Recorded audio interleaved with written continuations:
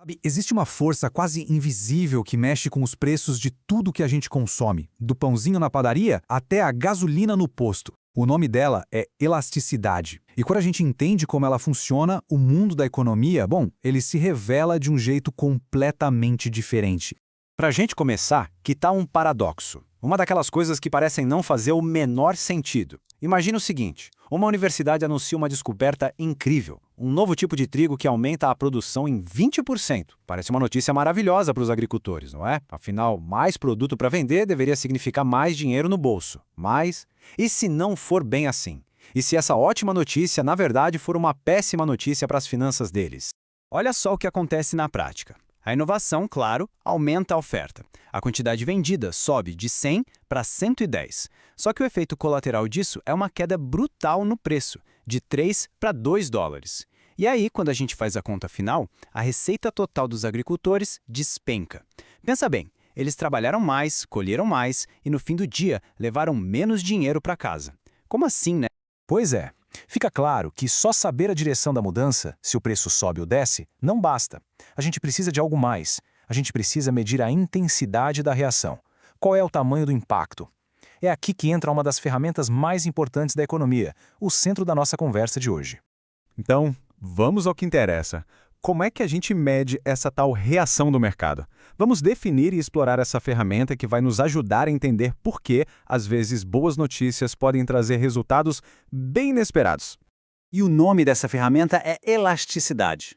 Basicamente, é uma medida do quão sensíveis, do quão responsivos são os compradores e vendedores a uma mudança no mercado, principalmente uma mudança de preço. Em vez de só dizer, quando o preço sobe as pessoas compram menos, a elasticidade permite dizer, as pessoas compram X% a menos quando o preço sobe Y%. É a precisão, o número por trás do comportamento. E a melhor forma de pensar nisso é literalmente como um elástico. Se a gente puxa o preço de um produto, o quanto a quantidade que as pessoas querem comprar ou vender estica em resposta. Alguns mercados são super flexíveis, esticam um monte com uma puxadinha de nada no preço. Outros são rígidos, quase não se mexem. Entender essa elasticidade é a chave para resolver o mistério dos agricultores e muitos outros. Ok, então vamos mergulhar fundo nisso. Começando pelo lado de quem compra, nós, os consumidores. O que será que faz com que, para alguns produtos, uma pequena mudança de preço já cause uma reviravolta no nosso comportamento de compra, enquanto para outros a gente mal pisca?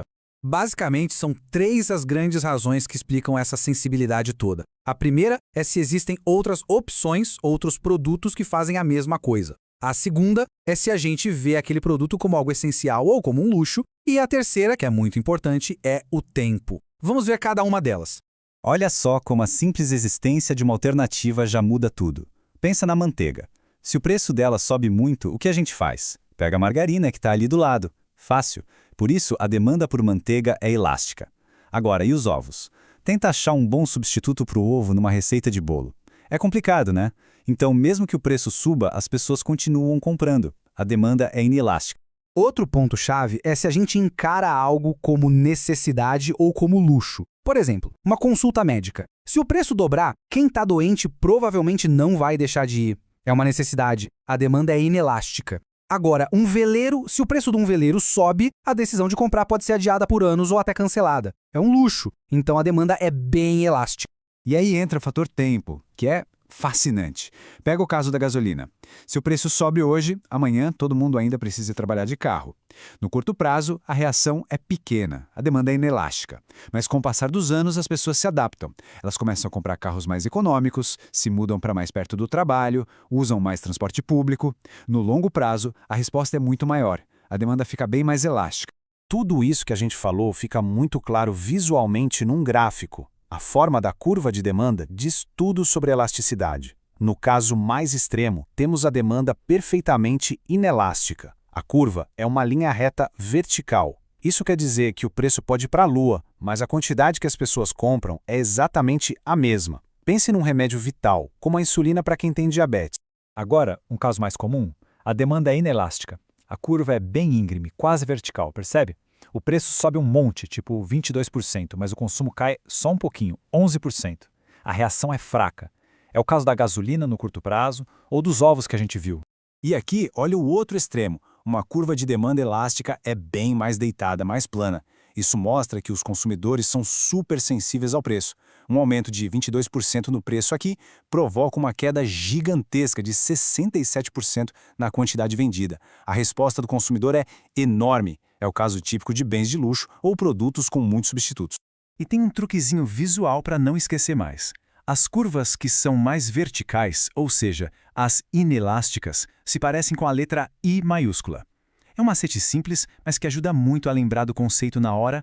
Tá, mas e daí? Por que uma empresa precisa saber disso? A resposta é simples: dinheiro, receita total. Se a demanda pelo seu produto é inelástica, como no gráfico da esquerda, aumentar o preço vai, na verdade, aumentar a sua receita. Agora, se a demanda for elástica, como na direita, subir o preço é um tiro no pé, sua receita vai cair. Entender isso é o que separa o sucesso do fracasso em uma estratégia de preços. Beleza, já entendemos o lado do consumidor. Agora vamos virar a moeda e olhar para o lado de quem produz. Os produtores também reagem de formas diferentes às mudanças de preço. A lógica é bem parecida, só que aplicada à capacidade de produzir mais ou menos. A grande sacada aqui é a flexibilidade para produzir mais ou não. Pense em terrenos de frente para a praia. A quantidade que existe é fixa. Não dá para fabricar mais praia. Então não importa o quanto o preço suba, a oferta é inelástica. Em contraste, pense em coisas como livros ou carros. Se o preço sobe, as fábricas podem aumentar a produção, fazer mais turnos, a oferta é elástica. Ok, agora que a gente está armado com esse conceito, vamos voltar para aqueles quebra-cabeças do mundo real. É aqui que a teoria se conecta com a prática e mostra todo o seu poder de explicação. Lembra do mistério dos agricultores? Bom, essa aqui é a peça que faltava no quebra-cabeça. A demanda por alimentos básicos como trigo geralmente é inelástica. E por quê? Porque comida é uma necessidade e tem poucos substitutos. As pessoas precisam comer. Uma queda no preço não vai fazer com que elas comam o dobro. Então, vamos montar o quebra-cabeça passo a passo. Primeiro, a nova tecnologia inunda o mercado com mais trigo. Segundo, como a demanda é inelástica, o mercado só consegue absorver toda essa produção extra se o preço despencar. Terceiro e mais importante, a porcentagem da queda no preço é muito maior que a porcentagem do aumento nas vendas. E o resultado final? A receita total dos agricultores diminui. Paradoxo resolvido. Essa mesma lógica explica perfeitamente a história da OPEP, o cartel do petróleo. Nos anos 70, eles cortaram a produção. No curto prazo, a demanda era super inelástica e o resultado foi que os preços dispararam e a receita deles foi para a estratosfera. Mas no longo prazo, o mundo se adaptou. Carros mais eficientes, novas fontes de energia, a demanda se tornou mais elástica. E aí, nos anos 80, a mesma estratégia de cortar a oferta já não funcionava mais tão bem. O tempo mudou a elasticidade do mercado. E para fechar, um exemplo que mostra o poder desse conceito em políticas públicas bem complexas, o combate às drogas.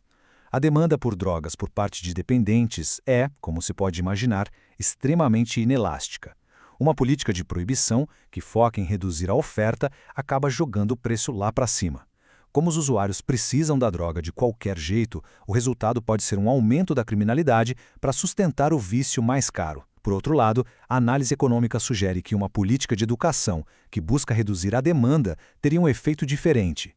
Ela reduziria tanto o preço quanto a quantidade, diminuindo a receita do mercado e, talvez, o incentivo para o crime. E é isso. A gente percebe que a elasticidade não é só teoria de livro, é uma lente poderosa para a gente entender as forças que movem os mercados ao nosso redor. E isso deixa uma reflexão final.